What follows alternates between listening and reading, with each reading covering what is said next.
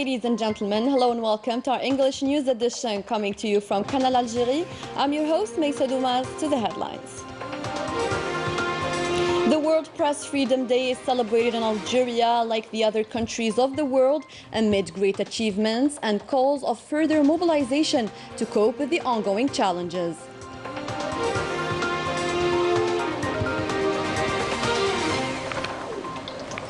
The Tamanrasset Regional Radio, a telling success of the proximity media, bridging the gap between citizens and the local authorities.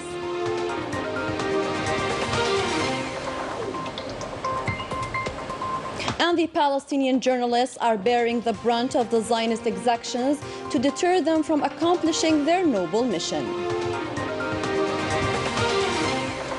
Those were today's headlines. First in our news, on the occasion of the World Press Freedom Day, the Communication Minister, Mohammed Bouslimani, paid a visit to different media infrastructures, including the National Television and Radio, during which he stressed mobilization more than ever before to face the challenges imposed on the media sector. Manal Ammari. Algeria is contributing to a new media reality in the midst of the challenges and developments of the media landscape, as well as society's requirements. The Communications Minister visited several national media services on their International Day, highlighting the necessity of keeping up with the media in all its forms and latest updates to accompany the state's efforts in the building and renovation movements.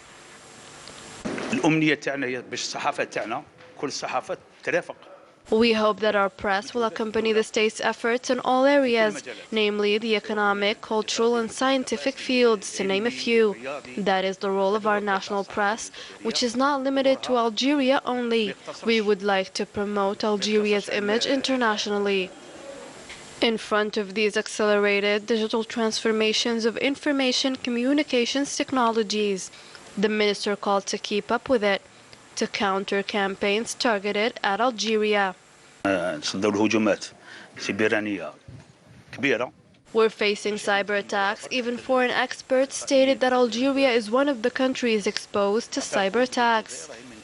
We expect a lot from both the television and the radio.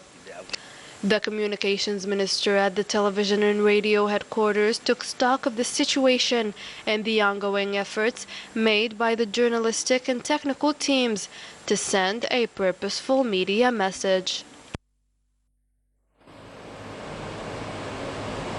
Algerian press celebrates this day after contributing for years in the preservation of the Algerian state, especially during the national tragedy. During all this time, it managed to keep up with technological developments and accomplish many achievements. Details with Manal Ammari. Almost 30 years after declaring May 3rd of every year as the International Press Freedom Day by the UN's General Assembly in 1993, the credibility of worldwide press remains challenged. The digital revolution and social media are also currently imposing new challenges on this sector. A media landscape that Algeria has under control and attempts to organize by opening this field to professionals and having them participate in the new perspective, aiming for information that respects work ethics. The media sector today occupies a great deal of the meeting of the Council of Ministers, the last of which saw the President of the Republic give instructions on the development of separate laws, one relating to print and electronic press and another to audio-visual. This sector is experiencing a dynamic that we're witnessing now that the Presidency of the Republic is offering more opportunities to national press, calling on media professionals to participate in the development of new press laws as part of the new guidelines, as well as the shift from print media to electronic media, by setting up the criteria that define a professional journalist, who is an opinion maker that can support a development project. Guaranteeing the protection and promotion of press freedom are principles that are stipulated in the new constitution. By working towards strengthening the legislation for the professionalization of the corporation, the journalist's role remains important, especially when it concerns providing citizens with verified information, given that Algeria has become the target of electronic warfare, according to experts in the field. All Algerian professionals agree with this new orientation and its new mechanisms being adopted to ensure the best work conditions for journalists and allowing them to work effectively in line with the requirements of the freedom of expression and democracy, all within the framework of responsible and credible information. This field is now diversified. Gone are the days of pens and cameras used in traditional press. New means of information are taken over, and the challenge today is to provide credible and verified information. That is the path that the new Algeria is taking.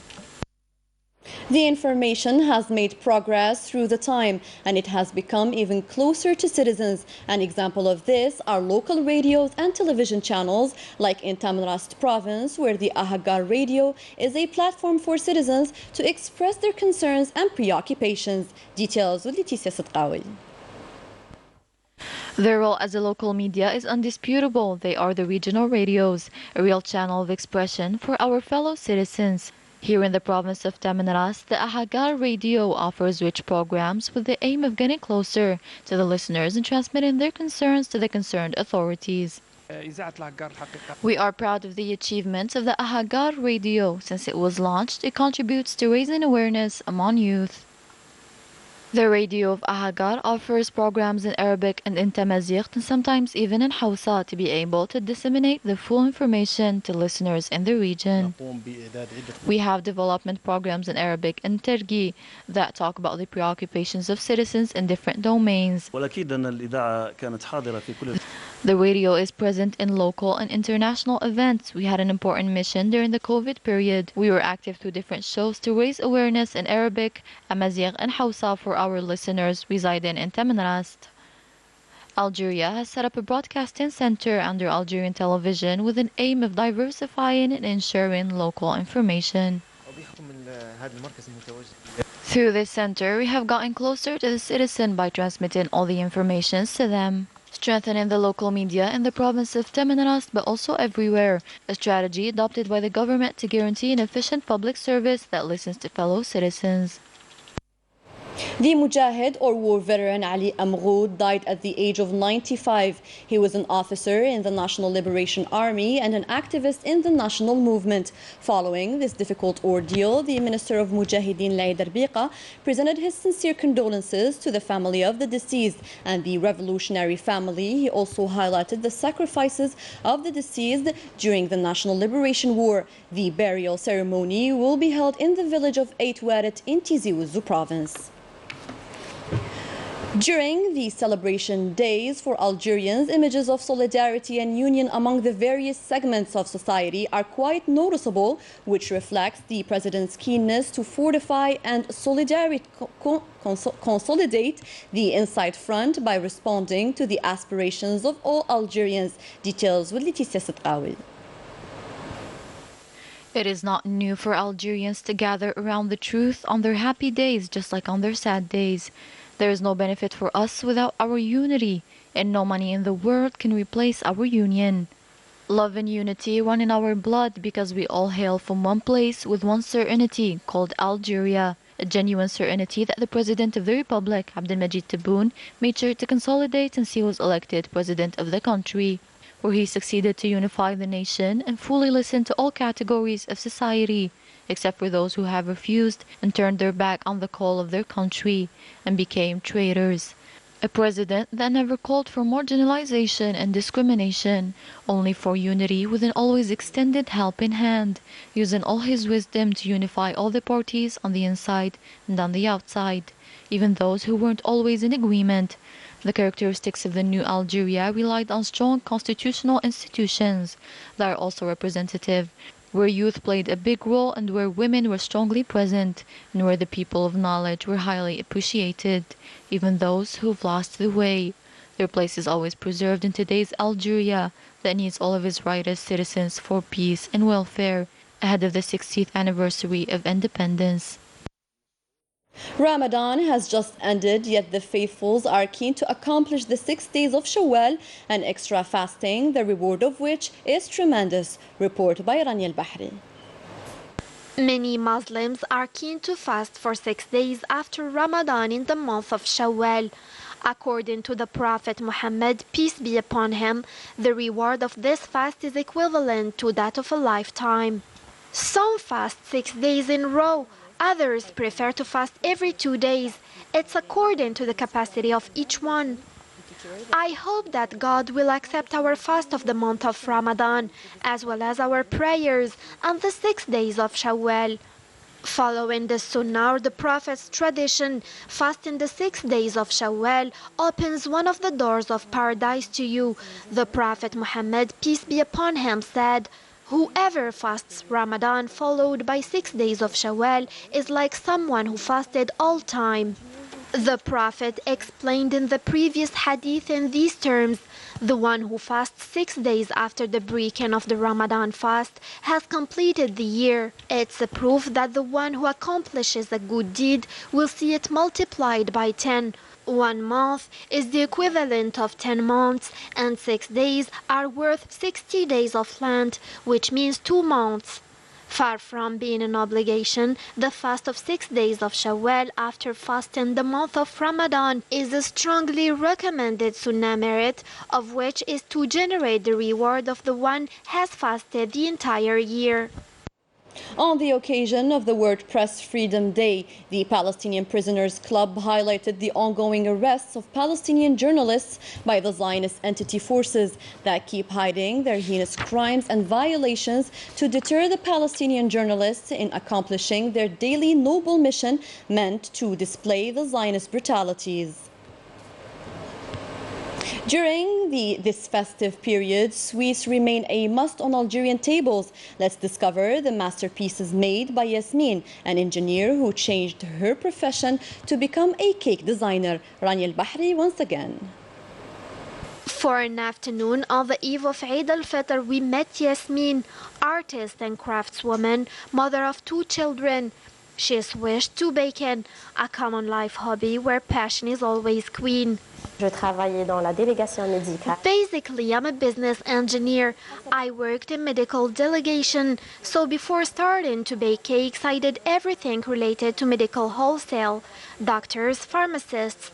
In the COVID period, which coincides with my maternity leave, I became cake designer. Yasmin, above all, does it for the people she loves. She designs her cakes, biscuits, and other delicacies as a gesture of generosity.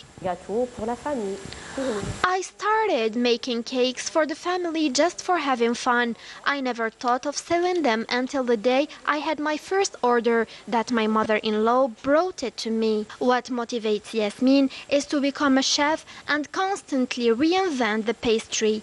Yasmin uses a lot of techniques for a result that will delight the taste. And we end our news edition with traditional sweets and cookies prepared in the Kasbah of Algiers by Khalti Fatoma. Story by Najah Tiyar. White houses and narrow lanes that descend on Raw till the Mediterranean Sea, that remain loyal to those traditions, the sweet odors of orange trees' flowers that float from the avenue of Vanellos and pass along the monoliths of the antique Kasbah. The atmosphere is so festive with Khalti Fatima. The Eid with her has kept its taste and unique charms. Kasbati family preserved the originality by taking care of all the pure costumes of the old Medina. I have 2 daughters and a niece with me in France, and we always do the same traditions as here. How nice memories I have when mother prepared the sweets at the bakeries with the neighbors. By the evening, me and the young girls used to go and bring the sweets in big trays that we hold on our heads, excitedly competing whose sweets are better. وهذه تقول هذا حلوتنا شابه والاخرى تقول حلوه وجايين هكذاك فرحان.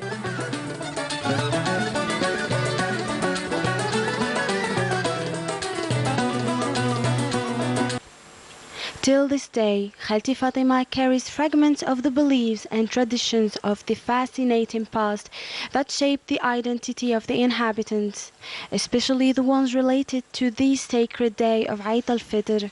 Bygone age, when I was a kid, people of the Kasbah used to prepare these specific 3 cakes, al-Makrud, al-Charek, and Samsa. I remember my mother and the whole neighborhood all prepare those 3 kinds of Eid sweets. Unlike today, people prepare lots of different bakeries.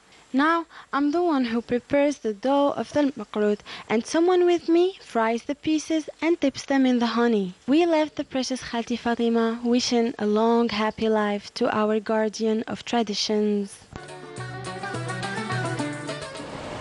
That was it for our news edition. Thanks for tuning in to our program. Happy Eid.